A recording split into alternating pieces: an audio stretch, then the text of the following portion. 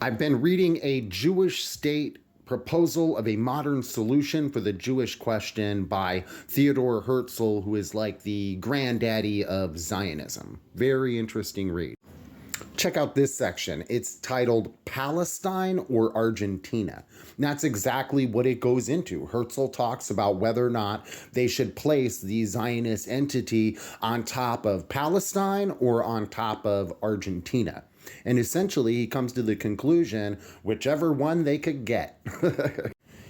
And if you read other Zionist works, including Herzl, you'll see that it wasn't just Palestine or Argentina. There were places all over the globe that the Zionists thought about putting the Zionist state in.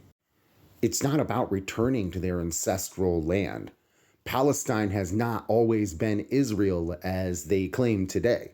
Even here, they refer to it as Palestine.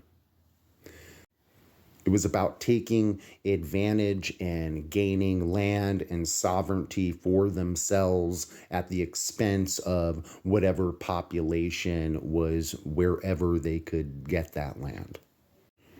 And here's one example of many of how Zionists look to the United States of America for an example on how to carry out their own colonization and settlement. Look here. One thing remains to be explained, namely, how the occupation of land according to local groups is to take place. In America, the occupation of newly opened territory is set about in most naive fashion. The settlers assemble on the frontier and at the appointed time make a simultaneously and violent rush for their portions. And then he goes into how they're not going to do that. They're going to buy all of the land. So they didn't really follow through with that idea, huh? They went with the American the American plan. So they didn't peacefully colonize Palestine like Herzl wanted to. And here's another failure. The army. The Jewish state is conceived as a neutral one. Certainly not today. It will therefore require only an army of volunteers, equipped, of course, with every requisite of modern warfare to preserve order internally and externally.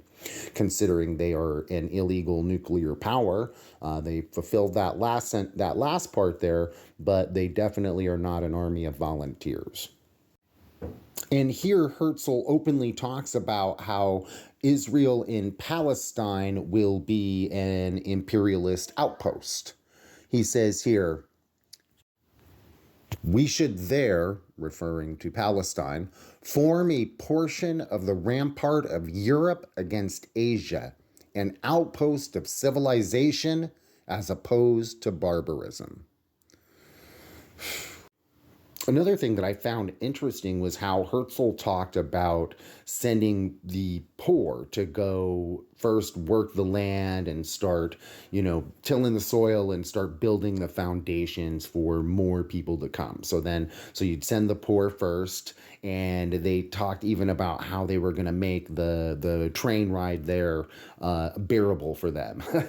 And then the middle classes would come, and then once it was all set up and nice and cushy, then the rich folks would follow.